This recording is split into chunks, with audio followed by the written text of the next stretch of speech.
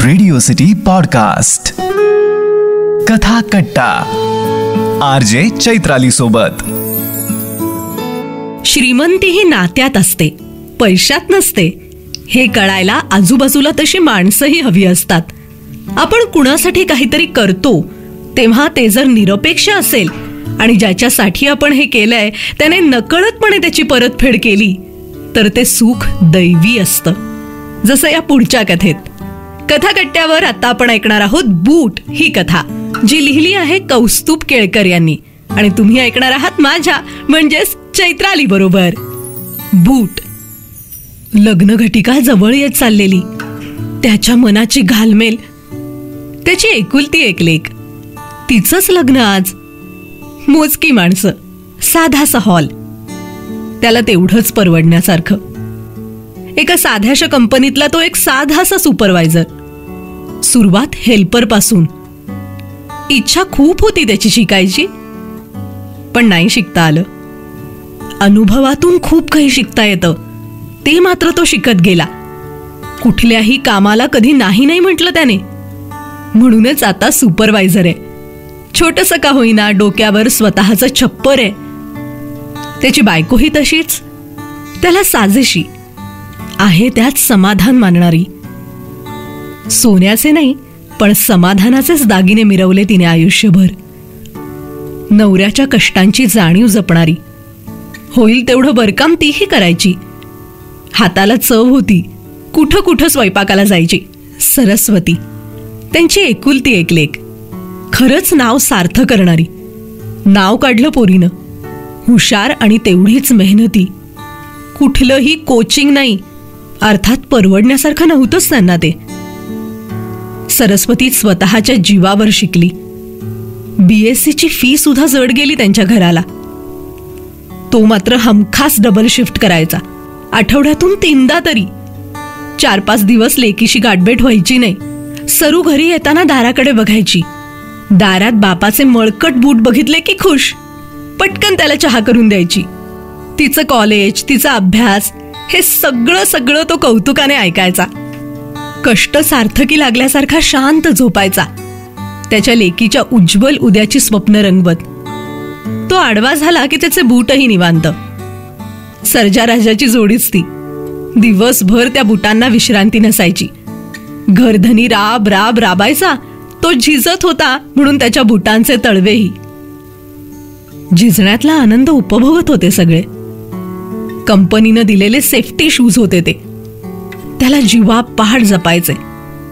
सरू BSc झाली, कॅम्पसमधनं select झाली, लगेच नोकरीलाही लागली छोट्याशा IT कंपनीत. शहाणी पोरती. कष्टाच्या इस्टेटीचा आपला हिस्सा मागून घेतला लगेचच. 2 वर्ष प्रचंड मेहनत, पैसा साठवत गेली. मग पार्ट टाइम जॉब आणि MSc, नोकरी, अभ्यास, तारेवरची कसरत. सर्कशीतल्या खेळाडूंचंच घर होतं ते जणू. जीवाशी खेळ सहज जमायचे त्यांना.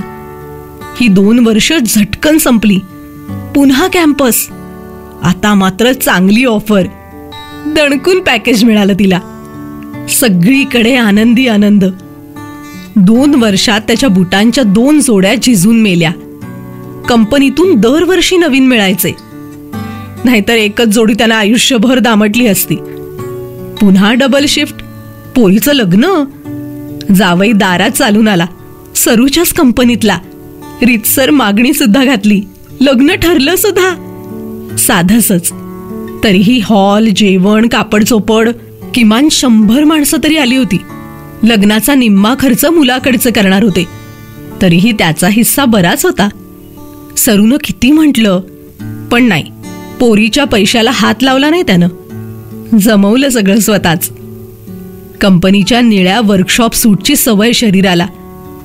किती वर्षांनी निळा सफारी चढवलेला, सवयच नव्हती. बूट कशाला हवेत, आपले आहेत की कंपनीतले सेफ्टी शूज. पॉलिश करून ठेवलेत कालच, नव्यासारखे चकचकीत. तो तयार होता. आत्ता मुलाकडची मंडळी येतील. पण कुठे गेले बूट? बूट सापडतच नाहीयेत. तो प्रचंड अस्वस्थ. हॉलमधल्या त्या छोट्याशा खोलीत प्रचंड उलथापालत. तो खूप अस्वस्थ झाला. एवढ्यात सगळा गलका आला, मंडळी आली. नातेवाईकांच्या गोतावळ्यातला जावई त्याच्या खोलीत शिरला डायरेक्ट. सासरे बुवा, अहो मीच लपवलेत तुमचे बूट. त्याच्या मित्राने पिशवीतलं खोकं बाहेर काढलं. कचकचीत नवे कोरे लेदर शूज. स्वतःच्या हाताने सासऱ्याच्या पायात चढवले. मनोभावे पाया पडला. तो जणू हिप्नोटाईज झाल्यासारखा. जावई पुढे म्हणाला, सासरे बुवा आता निवांत, डबल शिफ्ट बंद, पळण्याचे दिवस संपले, या बुटांनी मजेत चालायचं, मस्त राहायचं, निवांत. सासरे बुवा एरवी जावयाचे बूट पळवतात. मी म्हंटल आपण सासऱ्यांचे पळवू. राबणारे हातांइतकेच पळणारे पाय हे तेवढेच महत्वाचे नाही का? अशा पायांना जपायला हवंच. तुमची लेक जपून ठेवणारे ते बूट. बुटांची अशी पळवापळवी पहिल्यांदाच. तू मगाचसारखाच हिप्नोटाईज. जावयाचे हात हातात घेतले. शब्दांशिवाय बरंच काही बोलला. एक टप्पोरा थेंब नव्या बुटांवर टपकन सांडला. आपल्या हातानं त्याच्या जावयानं तो पटकन पुसला. जगातलं सगळ्यात श्रीमंत माणसाच्या मुलीचं लग्न आनंदात पार पडलं. शुभम भवतु, शुभम भवतु. बूट ही कथा आता तुम्ही कथाकट्ट्यावर ऐकत होतात, जी लिहिली होती कौस्तुभ केळकर नगरवाला यांनी, आणि तुम्ही ऐकत होतात माझ्या म्हणजेच चैत्राली बरोबर.